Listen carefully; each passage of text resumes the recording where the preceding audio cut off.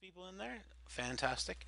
It's great for you all to come out and hang out with me this evening just so we can talk about it. I'm happy to see a lot of people excited about the idea of doing some D&D online, especially as, we're all stuck inside and have no way of going out and, seeing other human beings. Um, so that anybody that missed it in the meetup group, I'm a longtime dungeon master. I've been doing this for holy crap, like 20 years.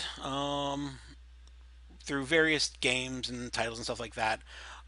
I'm open to running other games of other genres or gaming systems down the line.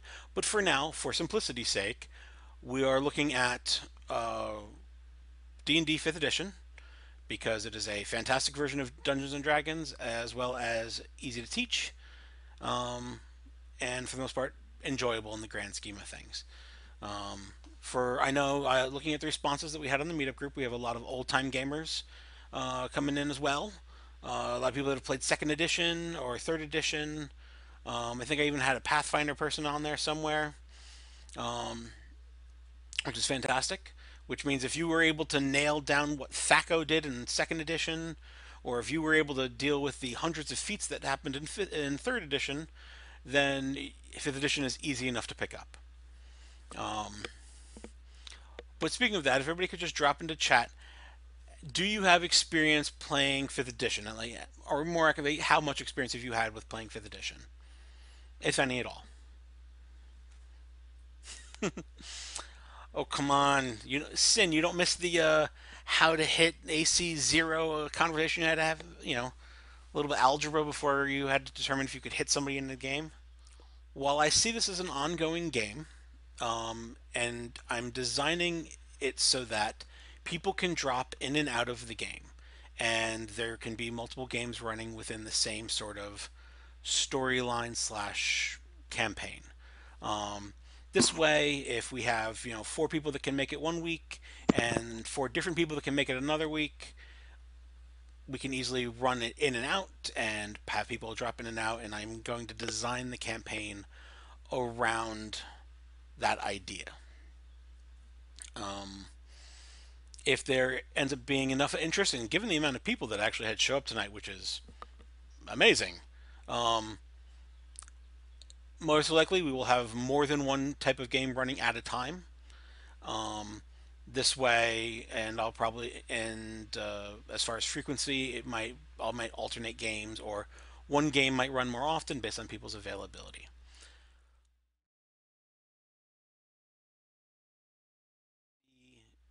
Storylines, you can come from any of the popular D&D worlds. If you tell me that your character came from the Forgotten Realms, fantastic. If you're at the Sword Coast, great. If you don't know what any of those are, don't worry about it. If you want to be a Dark Sun character, I can work with that too. You know, Ravenloft. If you want to be from Taldore, rock on. You can be from the Critical Role world. I can work with that. Trust me, I know that world backwards and forwards more than I probably should. Um, any setting that you desire, or even one from a storybook. Although hopefully we can chat and it'll be something that I've read or I can catch up on. But characters can come from pretty much any setting. Trust me, I have a story way to bring you guys together, no matter what type of character you pick. Um, Classes and backgrounds and anything else like that is going to be open up to pretty much anything that is standard rules. Um, we're going to avoid anything that's unearthed arcana unless we have a chance to chat about it first. I certainly am open to anybody, especially if you want to play a ranger, because ranger PHB version kind of sucks. If you want to do an unearthed arcana version of that, we can chat it out. Races wise, um, I'm open to again pretty much anything. Um, I like it if it makes somewhat of a if you have a good story justification for playing an unusual race, for why you are an adventuring hero, for why you've set out on an odd life or journey. That is fantastic. I'm all about the story. Um, so if you come up with an interesting idea, combination, something like that, you just let me know what it is. We can chat it out. If it sounds good, we'll go ahead. If I ask you to tweak it a little bit, hopefully you understand and work with me that I'm just trying to make things mesh within a game world. Everyone's going to be starting from level 1. I'm pretty basic and easy with that, even though we have some experienced players. While I tend to power through the first couple levels as best as I can, because the good stuff really hits at like level 5. Uh, it's easier for people to get used to their characters and be able to adjust them in the first few levels. So I do tend to start at level 1. We're not going to be rolling for stats. I am a big fan of the point buy system. You do not have to use the set 15, 14, 13, 12, 10, 8, but you do need to stay within the 27 point buy system. I am fine with multi-classing as long as you meet the multi-classing requirements as set out by the PHB. If we are talking about anything special or a unique class that is only found in one of the alternative books, please let me know. I think that I have all of the multi-class. I think I have all of the appropriate books at the moment. I do not yet have the latest Tal'Dorei book, so I don't have whatever book the Artificer is in. But trust me, I have no problem with picking up some more D&D books, and making sure I have access to whichever books you guys want to work out of. Spells and availabilities will be, you know, by the rules in the book. For the most part, there will be the ability to do some homebrew stuff or changing things up, or if you want to do something unique, or if you want to be and I've certainly done this myself before, a dexterity based paladin who would multi classes with rogue, but therefore you don't want to take a giant amount of strength, but strength is a requirement for multi classing. I'll work with you. We can figure something out as long as you have a good story. As I said earlier, a good story, I can work with whatever you got. Now, speaking of that, somebody had mentioned the idea of hard to integrate personalized stories when you are coming from all different realms. This is the basic idea I have for this campaign, and some of you will be able to figure out my inspiration for this, although I have not watched it in a very long time. Whoever your character is, wherever they came from, whatever they were doing, maybe they were, as I said, maybe they're from the Sword Coast, maybe they're from Dark Sun, maybe they're from Tal'Dorei. At some point, your character came across a crashed ship, a boat in the middle of nowhere, whether it be underground or on a mountain or actually on the ocean, which would be just sort of amusing. And that boat was oddly shaped. It had writings on it that nobody had recognized before, something that wasn't familiar to any of your characters.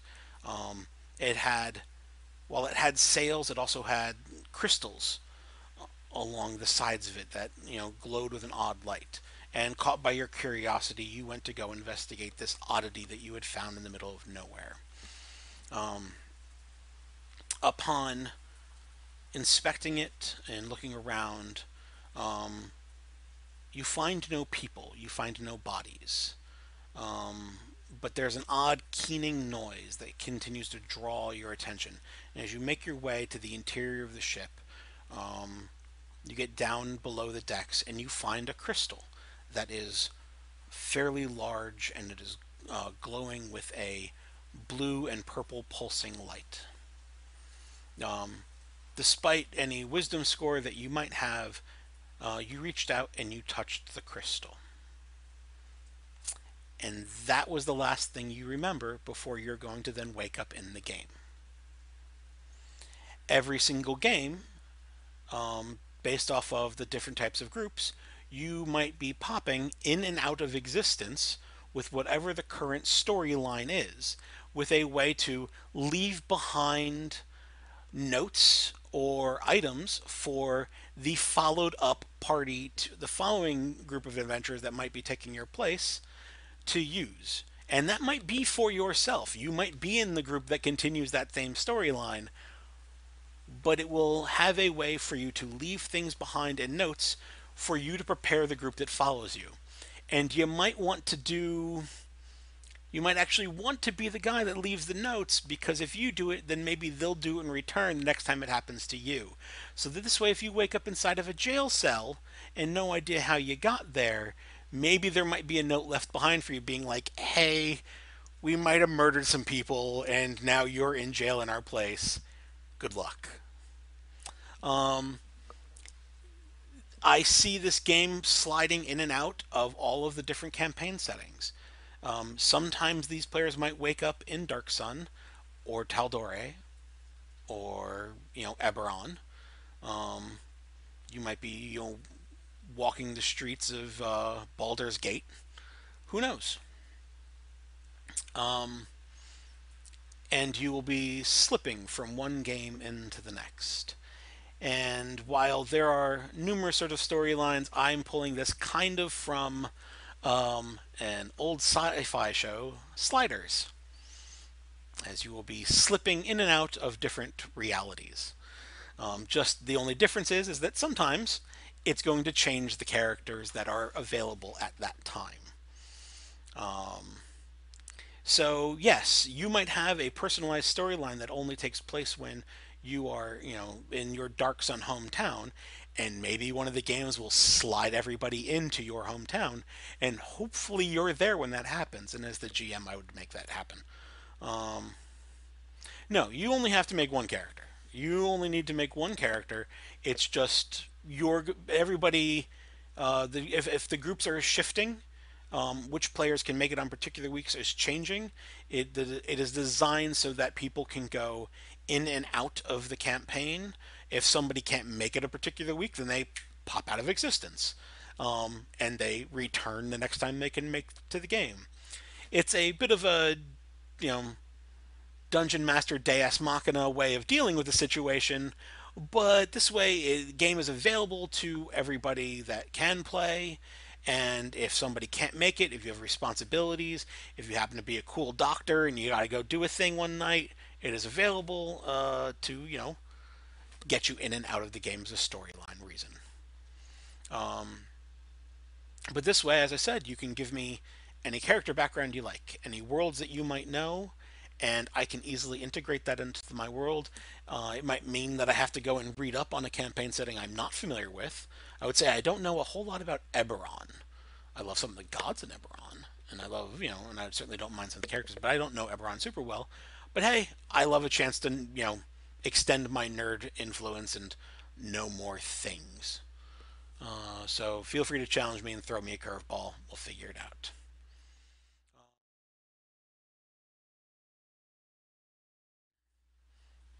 First, we're going to talk about the frequency of games. How often are people looking to play? Is it something that people would like to do a monthly game, a bi-weekly game, a weekly game? Um, there is no wrong answer to this. There's no guarantee that I can do everyone's preferred option, but this way at least I have an idea of what people are looking to or hoping to get from the group. Yes, bi-weekly would be every other week. Um, Most likely, if this is the sort of interest that we have, and let's see, we're talking about 1, 2, 3, 4, 5, 6, 7, 8, 9, 9 people. Most likely, it'll be two groups, a group of four and a group of five, um, give or take based on people's availability. And most likely, what I'll end up doing is running every other week for each of the groups. And this way, I'll be running a game every week, but your games will be bi weekly. Um, Now, at the moment, the games are all online, and that brings me to somebody says it depends on where this is taking place. Right now, the games are online. We can't see each other. We can't go anyplace. Um, Although most of everybody here in the group, except for one or two exceptions that I'm aware of, is local to Greenville area, or certainly not far away from there. But at the moment, everything is going to be online because, well, yeah, going out and seeing each other is a little risky right now. So first off, let me just get a response from everybody. What days are good for you? If Wednesdays are good for you, just say Wednesday. If there's other days or if Wednesday doesn't work for you, please let me know in chat so that I know what we have to work with. And I can always work with change my work schedule around a little bit and change things up. So we'd be looking at Wednesdays, alternating weeks for different games, and then splitting everybody up into the different groups. Character creation, going back to some people's character creation questions. Um, okay. The time of day is certainly up in the air.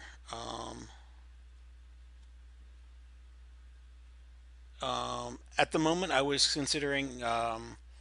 Sorry, somebody just asked a question, so I'm backing up a little bit. I was considering a 6 p.m. Kickoff day, adjustable as needed. I picked Wednesdays and Thursdays because Wednesdays and Thursdays are my day. Wednesday nights because Wednesdays and Thursdays are my day off. So this way, if I have to go a little late or anything like that, I'm not screwing myself over. And it gives people plenty of time to ask me questions the next day. So most likely the games will go at 6 with a shot to be ending at 10. Now it's a 4 hour window, which means that games are going to be on the short side. But then again, that is the same sort of window that you would expect at any gaming convention or 4 hour module that you would you'd be used to finding in an Adventurers League sort of campaign game. While longer games can certainly be on the table for something special we can set up at different times, that's going to be the standard that we're going to shoot for. And if we need to make it so that some of the games are at 7 p.m. And they go 7 p.m. to 11, that's fine. I just want to make sure that everybody has the chance to be involved. And so if we have a group of people that are on a slightly later time clock and we can't start until even 8 p.m. or something else like that, then maybe one of our biweekly games starts at a later time schedule and another one starts at the regular 6 o'clock schedule. In this way, it works out for everybody. So maybe that'll be how we divide up the groups. So, as we are so far, and if the idea of there might be more people interested that can't make it tonight, and I assume that there's at least a couple, we're going to uh, proceed ahead with planning the future games. Um, what that's going to entail for the moment is I'm going to have to, and I will probably not be doing that this moment, I'll be doing this over the course of the next couple days, is breaking people down into two separate groups. We are going to try to keep the games to a 5 player maximum. And if this means that we need to switch people in and out of a game, then that's what we're going to do. This way, everybody gets a chance to play. So there might be, you might get a request from me at some point of like, hey, do you mind knocking off this week so that we can bring somebody else in? But I will certainly be in contact with everybody. I will never drop anything on anyone last minute. So yeah, throw character ideas into the character idea window. So I have a basic idea what people are going to do. The first game that we run, that I schedule, is probably not going to be next week, however. Most likely, it is going to be the 13th. And I only say that because I need that extra week on the 6th so that anybody that is ready and available next week, they can come here and we can get everybody signed up for Roll20. I can assign you a character sheet so that you have a place to build the character. And I can do some of that tonight as well for anybody that wants to go past the 8 o'clock point, but I know I have 10 minutes left for at least what I reserved. So anybody that wants to get set up tonight, we can do that. And this also just gives me an extra week of prep before we dive into the deep end on things. Get all the characters sorted out. And yeah, I guess I'll be looking at doing games every Wednesday. Some people will start on the 13th. The other group would then start on the 20th. And we would just alternate weeks as we go along. I'll be checking with people the week leading up to a game so that I know that everyone is still available. I completely understand cancellations. If people can't make it particular weeks, absolutely, it's understandable. Just try to give me a bit of a heads up notice. A couple days would be great. Try not to drop it to me like 5 hours before the game. so that we don't suddenly have like 8 people drop. Well, I say 8 people. I don't have that many people in this game, but so we don't have half. If 3 people go missing on a night, that's more than half of the group, and the game's already going to be a little funky. But then again, this game is also then designed where I can then go hit up the other group, suddenly last minute pull people in, and suddenly now you are in that world in existence. I'm designing this world for these sort of problems. But the more heads up that I have, that you can't make it to a game, it is appreciated.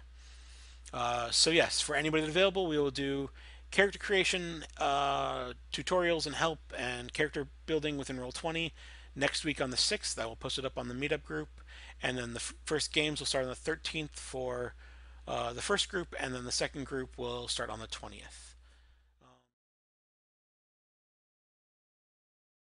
Speaking of that, can anybody tell me whether or not they have any experience using the online browser website for D&D called Roll20?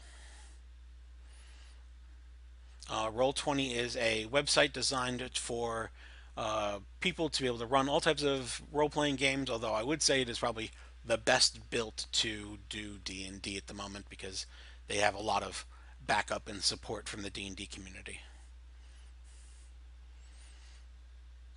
I haven't tried Fantasy Grounds yet. I got hooked onto Roll20 early on, and I have a subscription to them and everything else like that. But I might take a look at them down the line just for some changes.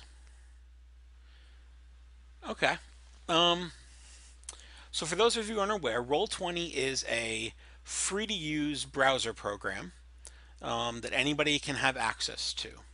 The way that I'm going to be starting this off early on is that we're going to have a character creation game.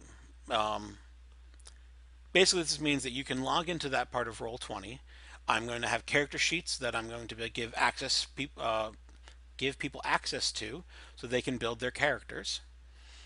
If you need help building a character, I will happily do so. As I said, I love building characters. I wouldn't, be doing this if I didn't love it. Um, but everybody will be able to go into this version of this game in Roll20 just to make characters. And then as I run games from week to week, I can import and export characters from this game and any other game that I create. So I can take your characters, move it into a module that I've built, run that for that game session, and then put you back into the regular version of the character window so you can continue to update and look at your characters in between games. Um, and everything, all the leveling up and everything else like that will be logged through the website. Um, and we can have chat windows and people can take notes in the program. The Roll20 incorporates a battle map system where we will have icons to represent other people's characters. I use simple round ones, although down the line I might get more fancy with it. Um, and the battle map will use basic D&D, um, tactical combat. Okay. A big suggestion, if any of you aren't using it yet, while Discord does perfectly run just fine in a browser window, it runs more reliably if you download the app to your computer. If you need to run it off your phone, that's certainly doable. But I'll say the most reliable version I have found of this is the actual application. Um, I used the regular browser one for years until I realized how much problems it was actually causing me doing exactly what just happened to Ravencroft, which is it would just turn off every once in a while, and I had no idea why. Roll20 is free. I pay for a subscription because I use some special features on Roll20.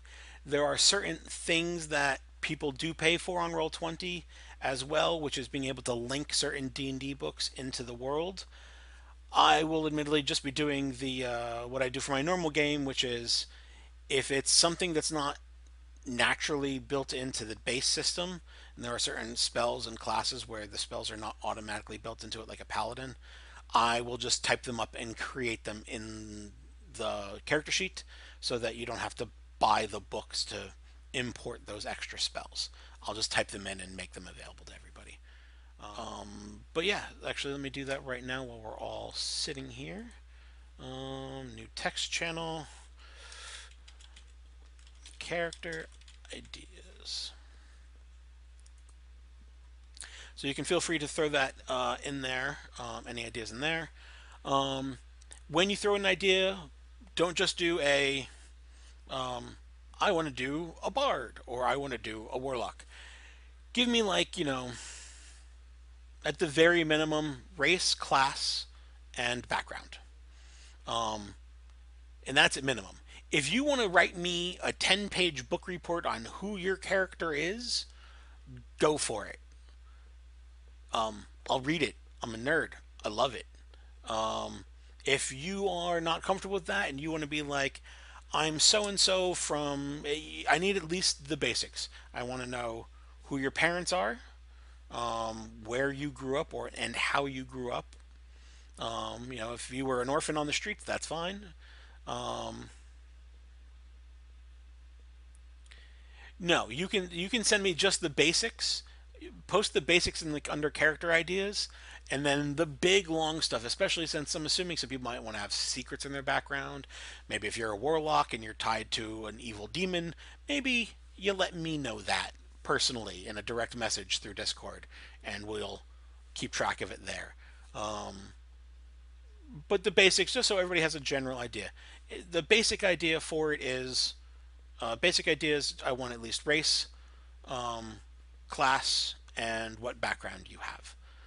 Be it a guild merchant, a sailor, a pirate, you are a hermit out in the forest somewhere, a sailor, an acolyte. You can pull any of them from any of the books, or you could just tell me grew up a farmer in a village, and we'll custom background you from there. Um, you can throw a couple extra details in there if you like in the character ideas, but we don't want giant paragraphs.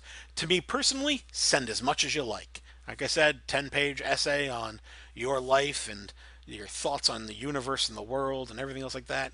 Go for it. Um, Try not to go for super overpowered. Don't be like, I was the general in a major army and I slew thousands of people single handedly. Because clearly, as a level 1 character, you didn't do that. So keep it within the reasonable. Um, and we can certainly chat and modify things. I am around most evenings, and Wednesdays and Thursdays I'm pretty much always around to talk up any ideas. And as my regular campaign players know, I'll also respond in the middle of the night or while I'm at work. I don't really care. I love doing this crap. Um, um, I am not a vindictive GM for the most part. Not even for the most part. Why did I even say it that like that? Don't worry. I'm not a vindictive GM. I'm never going to set out to murder a party. I'm to do it for fun, and I like the stories. I will say in the last few years of running the games, at the very least, I've only had two character deaths. So, uh, you know, crap happens. Their regular D&D has rules for bringing people back to life, um,